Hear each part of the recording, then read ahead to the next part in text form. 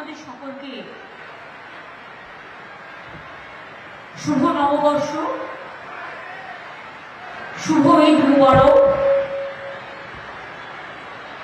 শুভ বাসন্তী পুজো, শুভ বিহু উৎসব। আমার যত পাহাড়ি থেকে শুরু করে তরাই ডুয়ার্স থেকে শুরু করে যত উৎসব আছে সব উৎসব শান্তিতে পালিত হোক। আপনাদের সকলকে আমার অনেক অনেক অভিনন্দন। আমি 31শে আগস্ট মধ্যরাতে এসেছিলাম জলপাইগুড়িতে, যখন দুর্যোগ ঘটেছিল, এবং আপনারা জানেন সেই রাতে আমার সাথে আমার সহকর্মী অরূপ বিশ্বাসও ছিল, আমার সাথে নির্মল চন্দ্র রায়, যিনি আপনাদের প্রার্থী তৃণমূল কংগ্রেস হয়ে লোকসভা ভোটে দাঁড়িয়েছিলেন, তিনিও ছিলেন। বুলুচিকে বড়াইকো ছিলেন, মহুয়াও ছিল, কৃষ্ণরায় বর্মন জেলা পরিষদের সভাধিপতি ছিলেন, বিজয়চন্দ্র বর্মনকে আমি দেখতে পাচ্ছি, চন্দন ভৌমিক, অনন্ত দেবাধিকারী, সীমা চৌধুরী, দীপেন প্রামাণিক, মনোজ রায়, অনেক সব ব্লক সভাপতি,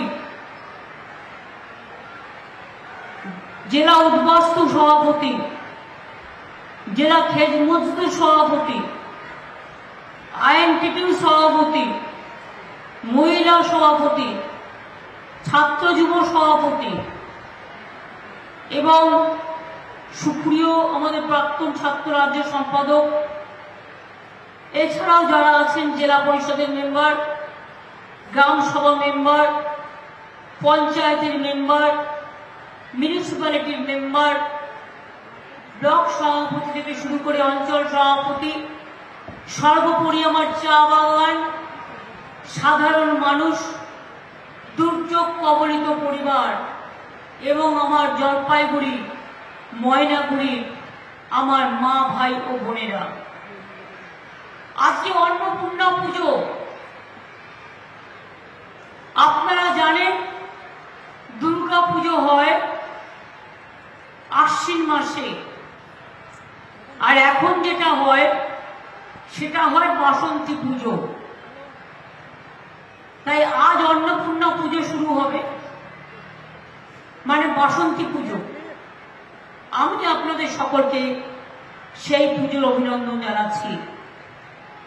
যারা নবরাত্রি করছেন তাদেরও আমি অভিনন্দন জানাচ্ছি। আমি প্রথমে আপনাদের বলি, আপনারা জানেন সেই 31শে আগস্ট ভয়াবহ দুর্যোগের দিন থেকে আমি কিন্তু আপনাদের এই উত্তরবঙ্গে পড়ে আছি। মাঝে একদিনের জন্য আমি ঈদ মুবারক করতে গিয়েছিলাম, রেড রোডে নামাজ হয়, আমি থাকি এবং আমি আগের দিন ইফতারে অংশগ্রহণ করি। আমি গেছিলাম 1.5 দিনের জন্য, আর হাফ বেলার জন্য গেছিলাম পয়লা বৈশাখের আগের দিন আমি মা কালীর পুজো দিই।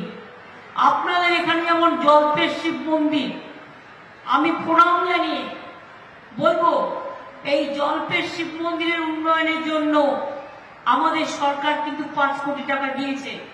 আমি যেহেতু ইলেকশনের সময় বলে আমি ইলেকশনের পরে নিশ্চয়ই আসব এবং নিজে একবার এসে দেখে যাব, কারণ আমি উপর থেকে দেখেছি, আমি নমস্কারও জানিয়েছি। উত্তরবঙ্গে মহাকাল থেকে শুরু করে